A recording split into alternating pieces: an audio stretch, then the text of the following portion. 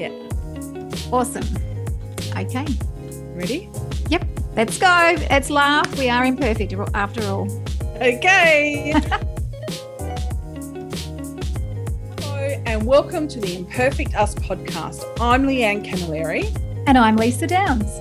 As co-hosts of the Imperfect Us podcast, we will share relatable stories that celebrate that we are perfectly imperfect humans leading perfectly imperfect lives. We will be sharing these stories through open and honest conversations with our extraordinary guests. And together we'll discover practical and evidence-based strategies that will enable us to navigate the constant challenges and changes of everyday life. We are thrilled to share these conversations as we draw on the science of wellbeing and positive psychology, and we uncover the barriers that might hold us back from being our authentic selves and turn them into opportunities so that we can show up more consistently, doing what we really aspire to do and who we want to be. We'd like to acknowledge the Wadawurrung and Kaurna people who are the traditional custodians of the beautiful lands on which this podcast is being recorded. We pay our respects to the elders past, present and emerging, and extend this respect to Aboriginal and Torres Strait Islander peoples from other communities who are here with us today. So let's get started. Yay! And recording. Michell is a best-selling author with more than 25 years of global leadership experience in organisations of all sizes. She works with boards, leadership teams, managers and employees to help them move beyond their fears, improve their resilience and well-being, and build authentic and productive connections so they can do the best work in their lives. With a PhD for her research on Appreciative Inquiry Summits and a Master's in Applied Positive Psychology, Michell has led the charge on creating free, evidence-based tools for workplaces, including the wonderful PERMAH Workplace Survey. Michell, we are so rapt to be speaking with you today. Thank you for joining us. It's my absolute pleasure. I couldn't think of two better people to have this conversation with. Michell, as we sort of settle into our conversation, could you please share with our listeners what led you to the work that you do? Yeah, well, first and foremost, I was working in organisations where there wasn't a lot of thriving consistently. And so I was getting curious about what we were missing. And in particular part of my role, I was looking after brand in a professional services company where your people are your brand. And so that got me really curious about how did we change behaviours? How did we consistently live our values?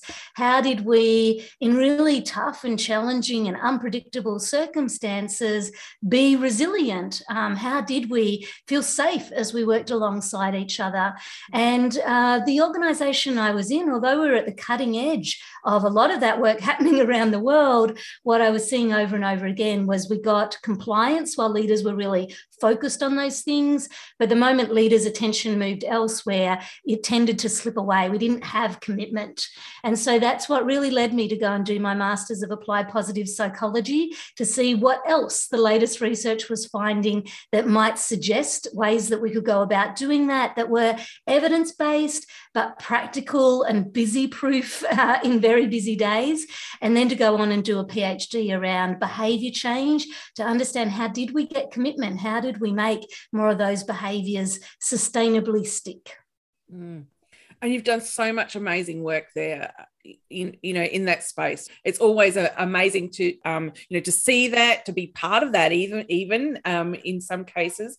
I'm sure as you've sort of worked with people in these industries and with the the Appreciative Inquiry Summits, I'm sure imposter syndrome has probably sort of popped up throughout those once times. Or twice, just here and there. Yeah, well, I was just thinking, we've both, Leanne and I, have learned a lot from you, Michell, and so thank you so much. We're always very grateful for that. But I'm just wondering, would you be able to tell us a little bit about how the imposter syndrome might have shown up for you, or perhaps even with your clients that you've been working with? Yeah, absolutely. So for a large first part of my professional career, unfortunately it's not true anymore, but the large first part of my professional career, I was often the youngest person in the room, sitting at leadership tables, and often the only woman in the room. So there was a lot of imposter syndrome going, who am I to be sitting at this table? And am I asking silly questions? And dare I even open my mouth to speak?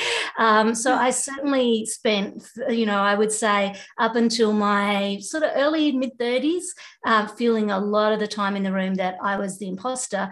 And really, it probably wasn't until I went and finished my studies in positive psychology and I got some tools to be able to navigate those feelings and what we do about them. Certainly in organisations that we work with all over the world in the Wellbeing Lab, we see this challenge come up over and over again. Sometimes in female leadership programs, we've run a big female leadership program with the National Australia Bank in Australia, with Treasury Wine Estate, who are a global organisation working with their female leaders through Australia and Asia and Europe and the US. Same conversations, over and over again. But it's not just a female issue. One of my favourite ever presentations I had the privilege of sitting in at National Australia Bank was with one of their very senior male leaders. And he talked about, he called it his parrot, that he'd imagine this parrot sitting on his shoulder, squawking into his ears about all the ways he wasn't good enough and he was a failure and what was he thinking and why did he say that silly thing. And so, again, I think sometimes we mistakenly think this is very much a female issue. I would just say the research, certainly we see some gender leaning towards women, but men experience this as well. And I think it's just the way we think about it. I think men tend to think of it more as perhaps self-doubt or feeling a bit insecure or a bit unsure of themselves, whereas often we find more female leaders tend to take it all the way through to thinking it's a whole syndrome here that I've got to deal with. And ruminate over it forever and ever. Absolutely. And are up at 3 a.m. in the morning going, why did I say that? Why did I send that email? Or why didn't I think about asking this question instead? That's just us, Leanne, isn't it? No, we've all been there. I think one of my favourite pieces about doing this work in some of those organisations and others is just that first moment. And often, pre-COVID, we'd do this in big rooms with people sitting at tables together. And you always had this beautiful first moment where people just realise, oh, it's not just me. I'm not the only one up at 3 a.m. ruminating over those things I should have said or didn't say. And so, again, I think we all have this, right? We are all wired neurologically to experience self-doubt for really healthy reasons. It's just the way we interpret those feelings of self-doubt in the context and the ways that we've been socialised and the things that we value that often will then determine how we respond to it. And we're kind of a work in progress, aren't we, with that sort of thing? You talked about the gentleman with the parrot on the shoulder. Well, my parrot's name is Lucy. We were talking about Lucy in our introduction, that it sits there and chatters away. And as you sort of understand, what that's all about, you can find ways to work with it. Obviously, with our science, we start to understand better ways to work with our self-confidence, our mindset, and all of that sort of thing. And I also remembered, as you were speaking, Michelle, I remember coming to the International Positive the IPA, I remember coming to the IPA the conference. International Positive Psychology Association. There you go. It's a mouthful, rolls right off the tongue.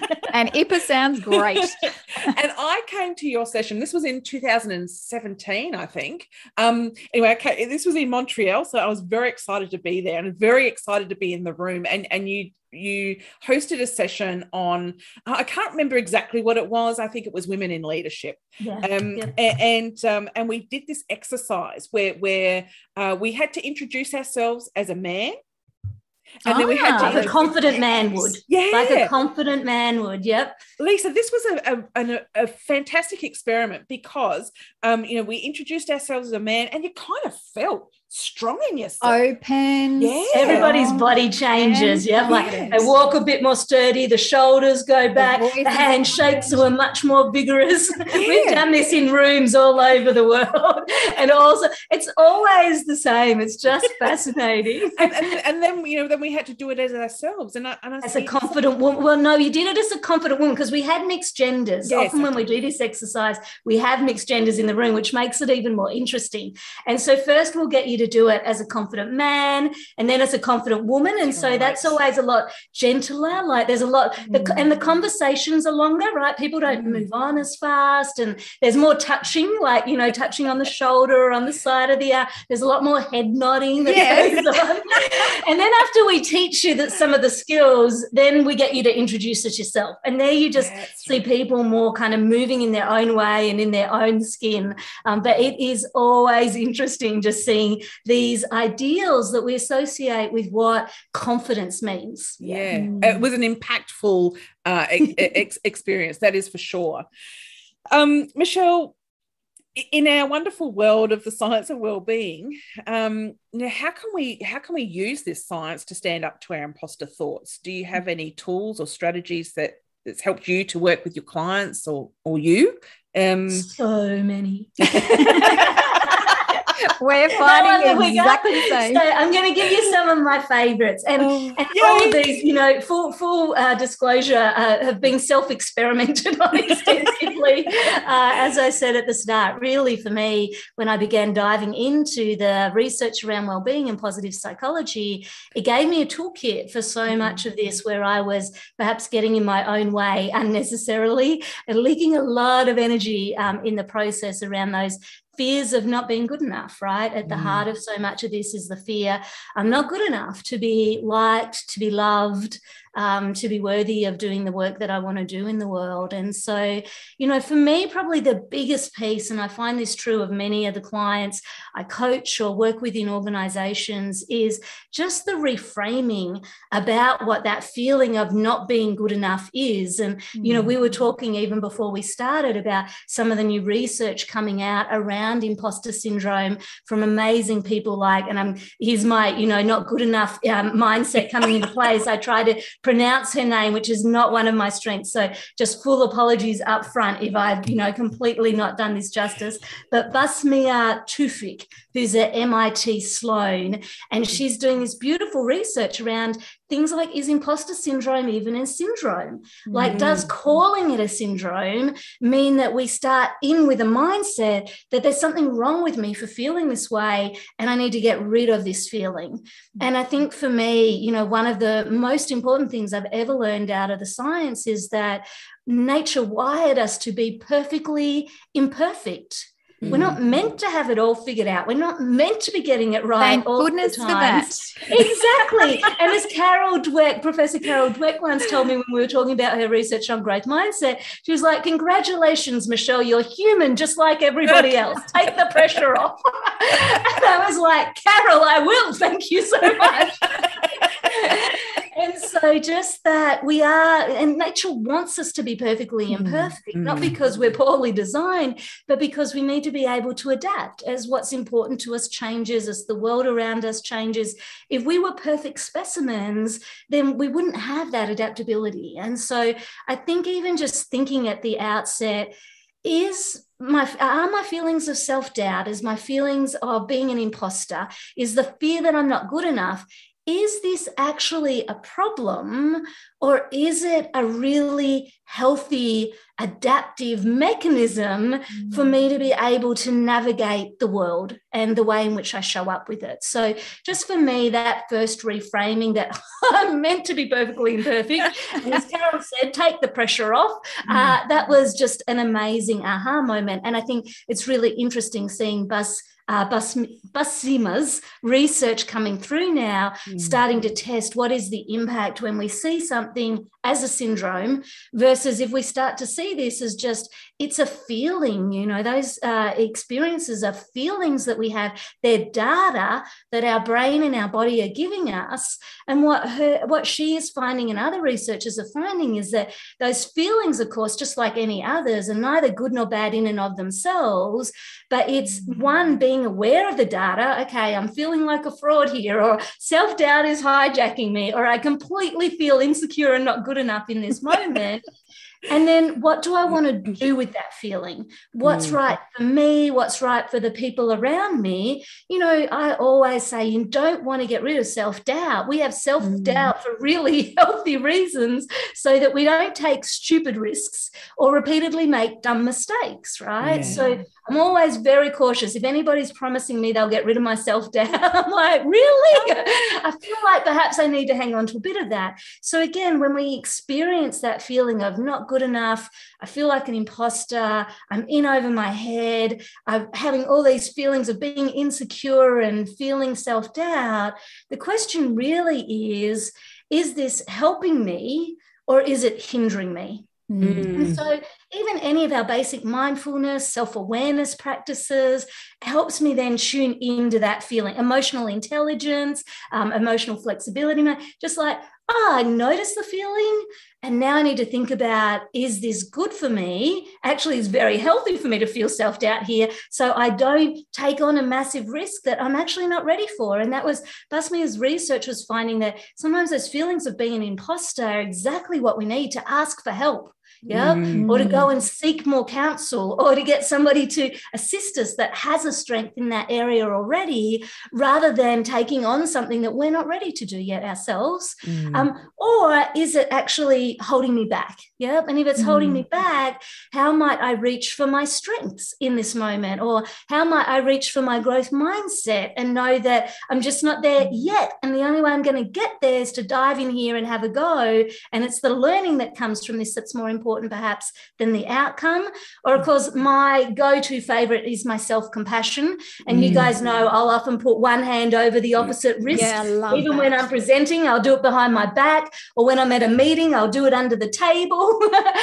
And just, you know, that 7 sort of seconds of just slow it down and breathe to get some oxytocin back into my system, to calm down some of those cortisol stress levels that often come with that feeling of being imposter and self-doubt, so that then I can show up. And the last tip I'll leave you with, it actually doesn't come out of the science, but it's some beautiful work. I was presenting for a conference one time. It was actually a Lutheran conference.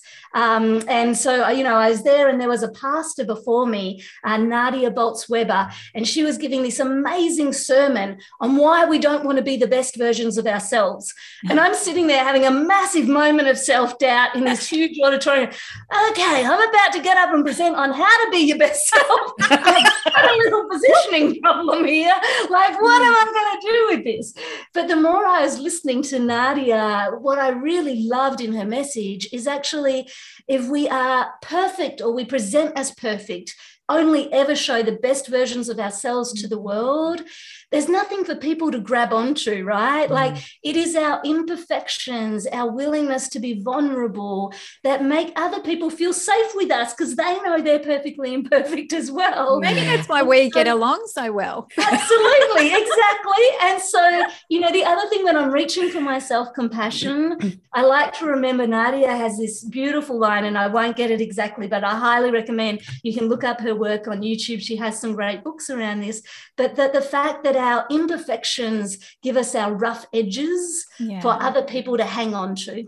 Oh, I love that. So I love that as my extra permission to Carol, just going, you're human, live with it, get on board, the rest of us are as well. But to remember that it's my imperfections, and not just the fact that I have them, but my willingness to own them and be vulnerable, and maybe even share them in the right ways with other people, that allows other people to have something to hang on to when they're getting to know me or working alongside me or listening to me, to know I don't have it all figured out, no matter what it looks like on the surface. So those are some of my favorite tools. Oh, I love them. And I so relate to that. You know, as we've sort of been exploring this whole imposter syndrome, and even saying it, like, you know, I'm a bit cautious to say syndrome. We sort of started talking about it. I think I did own it as something that was perhaps wrong with me. And I think, you know, other people would too. But I think, you know, as you sort of stand up to it, understand a bit more, you can really see how, you know, these strategies that you've just described really help. You know, the one where you hold your hand. When I teach mindfulness, I share that hold your hand practice as something for in a workplace, in a meeting and things like that. I love that, and I use it myself when I'm presenting, because that's where I, like up in front of people is where I can feel a bit uncomfortable as well. So I'm holding my hand, getting along, supporting myself. Thank you so much for that, Shell. Who's next, Lisa? Is it you or me? Well, I was just thinking of adding on to that, if that's all right too, because what you were saying, Michelle, about I know I was going to say it wrong too. So Basima, her work, and what I was referring to when she talks about being the syndrome, they talk about that the term syndrome can add on like a medical sort of a feel to it, where it shows that fear and so forth. And I like how she changes that in her research. She changes that language to imposter thoughts. So I know Leanne and I have been playing with thinking of it as imposter thoughts. So it just sort of helps us to go, it's not actually a really terrible thing, but how can we be aware of it? So putting that mindful practice in. And I think since it's probably about 6 months or even probably more, where we've been having these conversations, we're able to really challenge that and also talk to each other about the feelings that come up. What are they? And then how can we shift them? And it's been like almost you're reaching right out and looking at yourself very differently, but then you can step into the right choice. And is that actually true?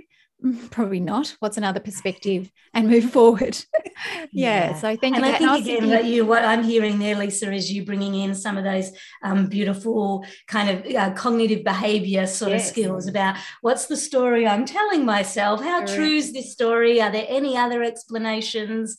And what else might help me understand how I'm feeling or what's going on or what somebody said to me? And, which of those do I want to invest my energy in? And so I think it's another beautiful skill to add into this mix.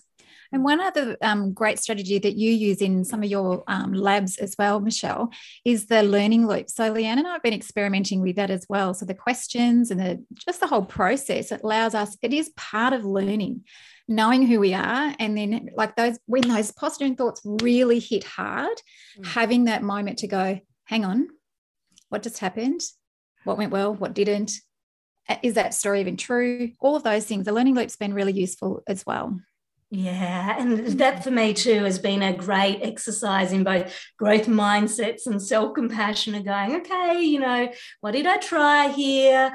What went well? Where did I struggle? What did I learn? And again, here Professor Dweck's work so beautiful in reminding us that so few of the outcomes we're working so hard towards today will even be remembered 6 months from now. But what we've taken forward is the learning. And yet so often we're so busy judging ourselves and others on the outcome that we forget that it's the learning that's really the gold, because that's how we help adjust then and move forward.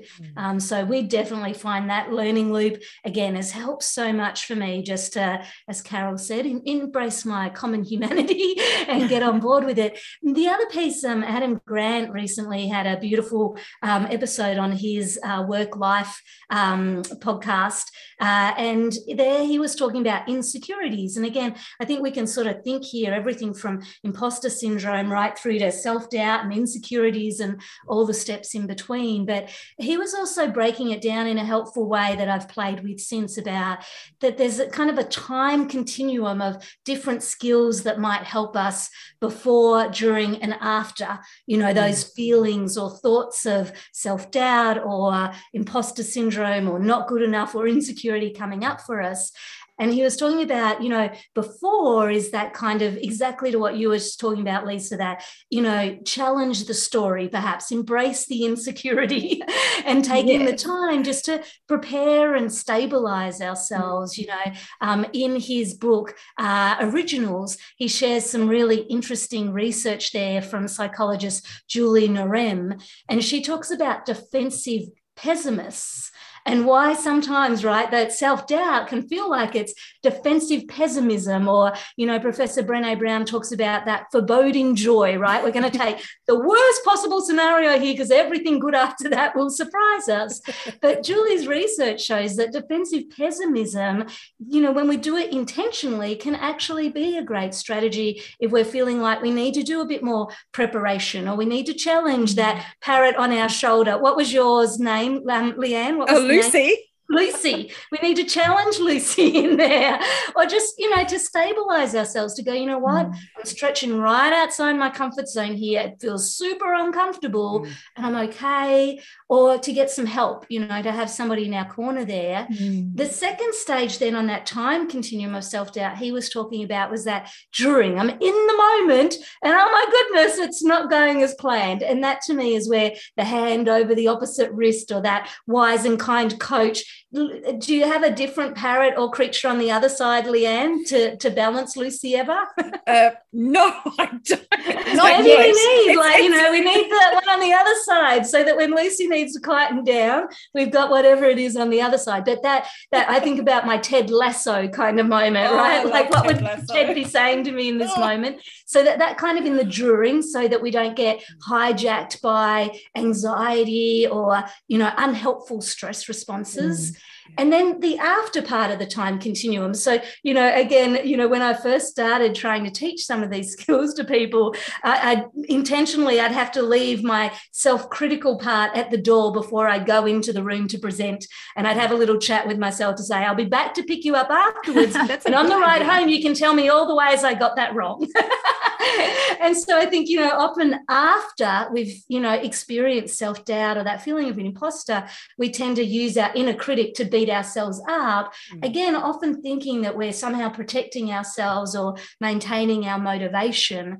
Whereas what I learned to do, again, with Dr. Kristen Neff's self-compassion work and Carol Dweck's, I wasn't there yet. I didn't nail that yet. Or, thinking again, my wise and kind Ted Lasso coach, and that was where the learning loop really started to grow from for me, Lisa, was, okay, first we're going to start by savouring what went well, even if it was just that I showed up. And, with humble pride, how do we hold on to that? I love Dr. David Destano talks about the importance in his research on grit, around humble pride for us being really, one of those ways that we sustain grit and we keep going out at things. And then, with Carol there in the back of my mind, where did I struggle? Because even in my best moments, there's also things I can improve. And then most importantly, what did I learn, so that I'll have the confidence to go and try again? And so for me anyway, I've been finding it helpful to think about the before, during and after of my self-doubt, and which skills or tools might help me at different moments. That's such great advice, isn't it? And I think for me, when I was talking about that drawing back and being more mindful of it, when you're able to do that, it sort of slows time down to give you the time to do that. Where in the past, if I had that moment, I would have just believed that it was terrible and not acted.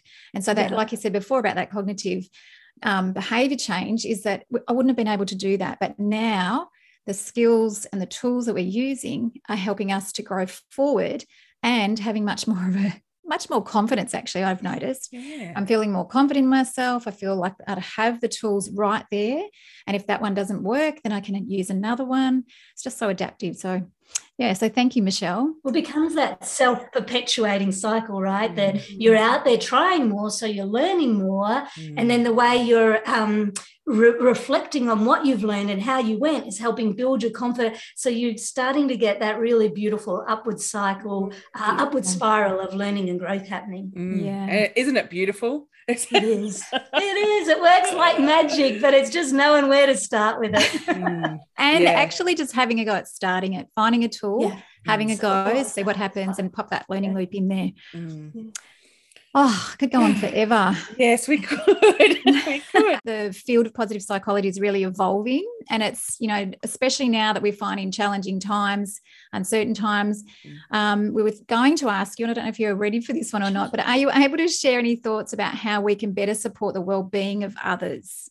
Yeah, definitely. Look, I think the biggest thing, and we see this both in our research and our work, and we were seeing it pre the global pandemic, but it's certainly compounded during the global pandemic, is that still when people think about caring for their well-being or they hear about the field of positive psychology, we tend to think it means we need to be well or we need to be positive, And we, of course, know that actually, caring for our well-being comprises both moments of thriving and moments of struggle. And that's not only normal, but completely healthy. And in some way, this mirrors a bit of what we were talking about, imposter syndrome, right? Like, actually, these are just feelings. They're just experiences, thoughts that we're having as we navigate life. But the way we make sense of those experiences really has such a big impact long-term on the kind of outcomes that we're able to achieve. And so what we've absolutely seen in our research with Dr. Peggy Kern all over the world over the last few years is that when people feel this pressure to be well, to be thriving, to be flourishing, we can unintentionally be doing harm to their well-being in the process. Because actually, if I got out of bed this morning and I was really struggling, it just took everything I had to even just get out of the bed. And then I show up to breakfast in my house or my team meeting at work, or I run into somebody and I'm listening to the conversation in the coffee shop down the road and they're talking about how they're thriving and we're all going to be well and we're all going to put these I'm going to get my 10,000 steps. I'm going to count my blessings. It's going to be amazing.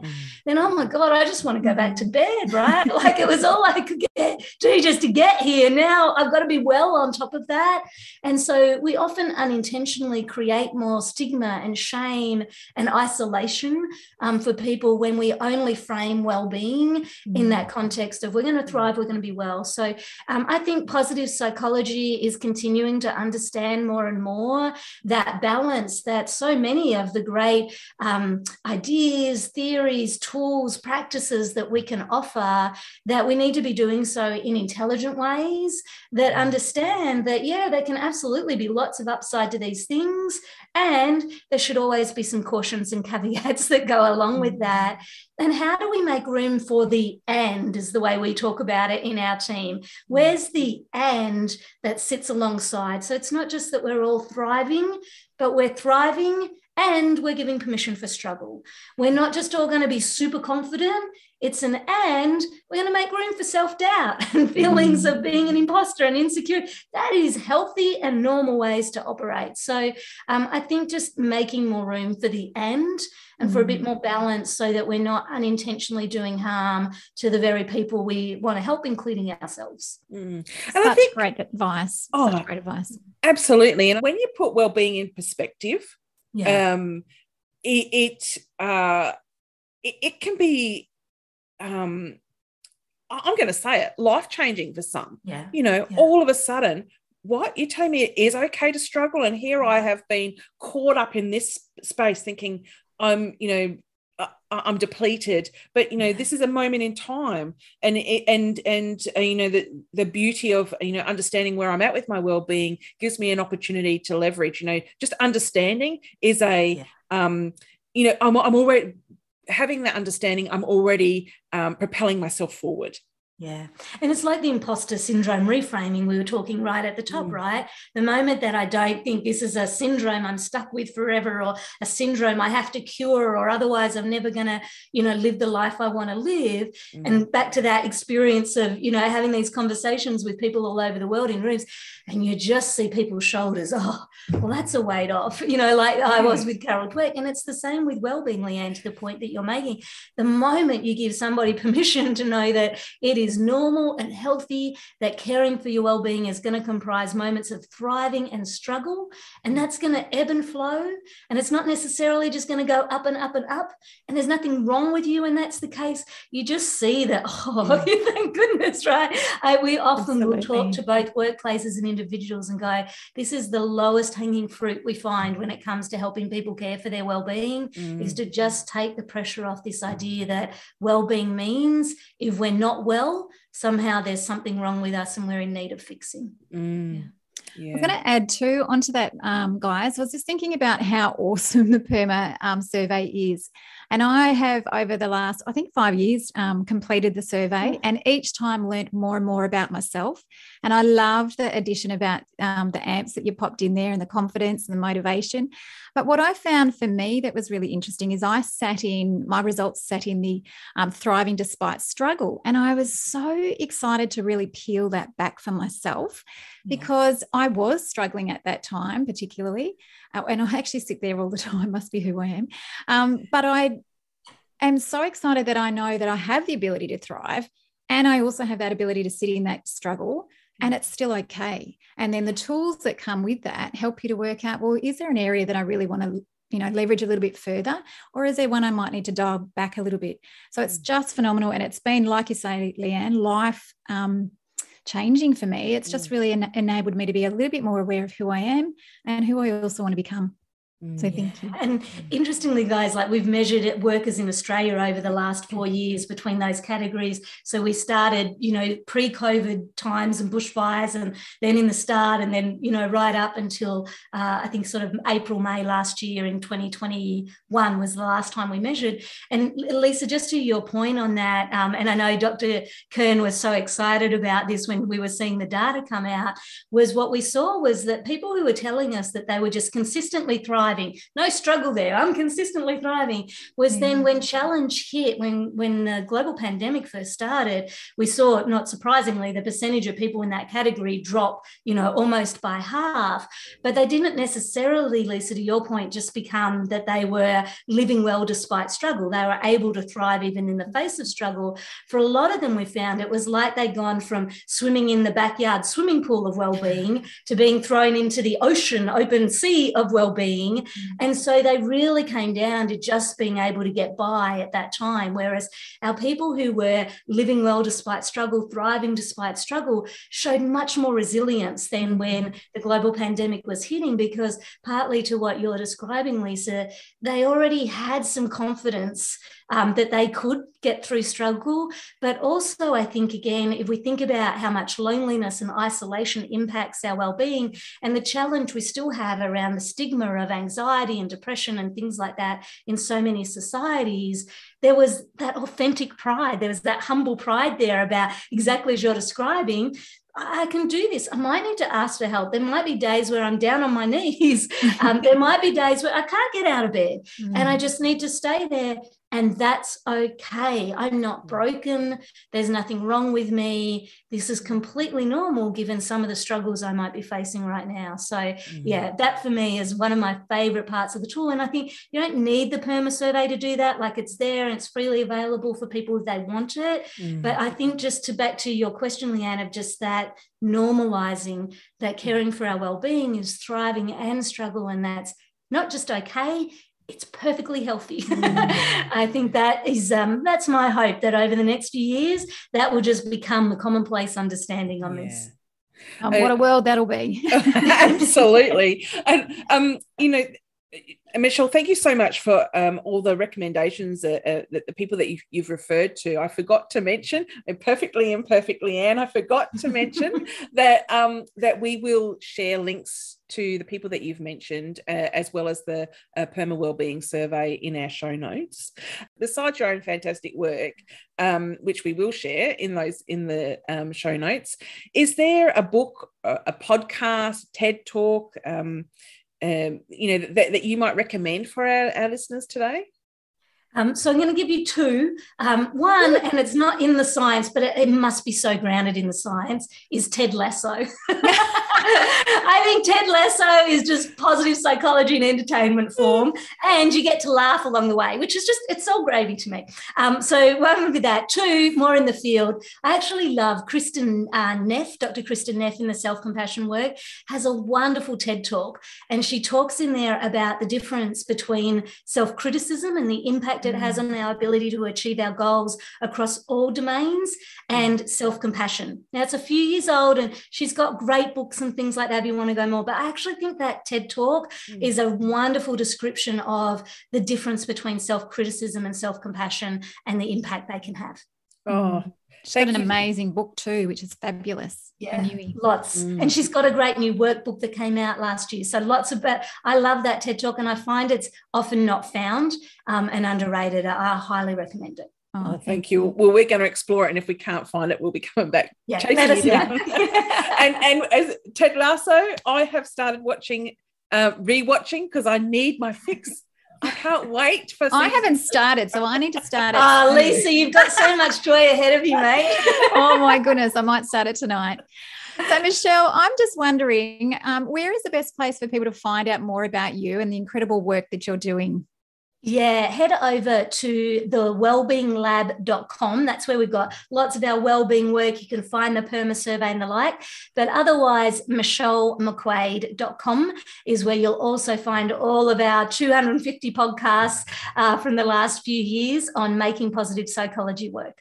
Which is absolutely fantastic. And I have to say, has been probably the best professional learning I have ever had across all fields. And I know that it's stopped for a moment and there's some new avenues for you, but I can honestly say I don't know what I would have done without you. I probably wouldn't have finished my Masters of Applied Positive Psych, and I probably wouldn't be as well as I am without it. So thank you. Thank you. It was my art and my heart. So I'm so glad it was helping. Yeah.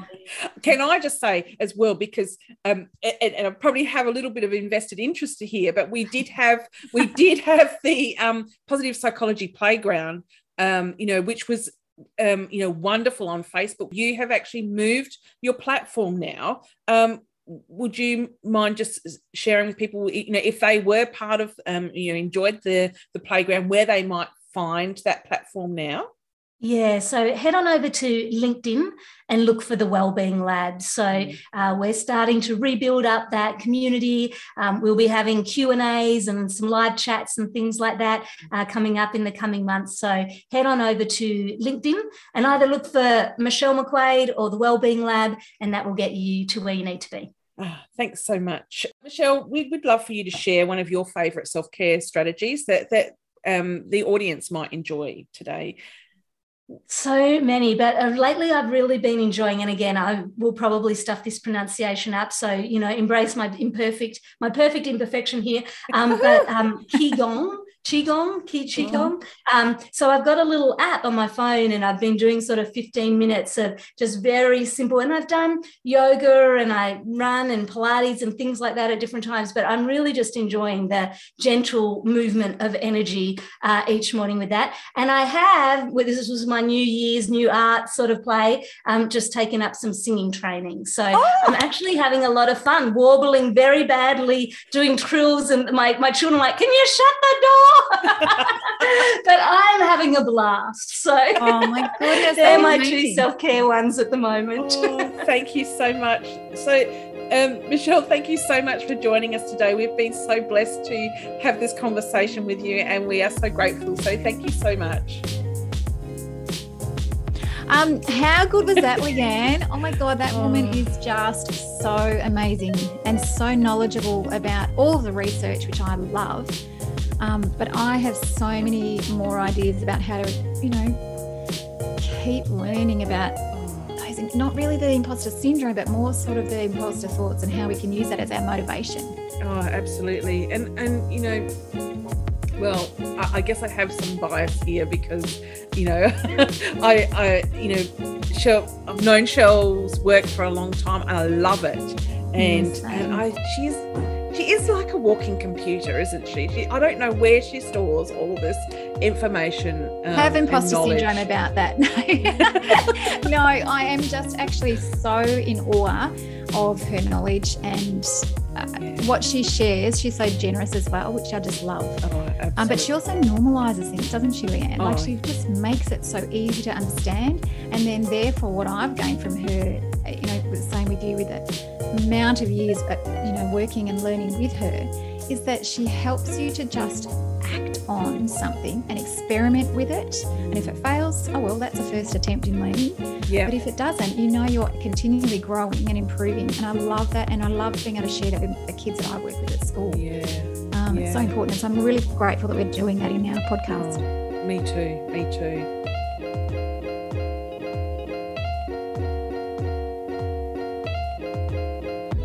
thank you for listening to the Imperfect Us podcast. As always, we are extremely grateful for our executive producer, Brenton Ainsworth, for helping us to put this episode together and the incredible music throughout the show.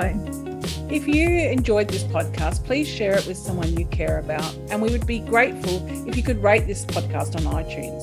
If you know someone who has a great story to share about how to live with imposter thoughts, then please get in touch with us. To find out more about Leanne and Lisa, we welcome you to connect with us on LinkedIn and our socials. Bye for now. Bye for now.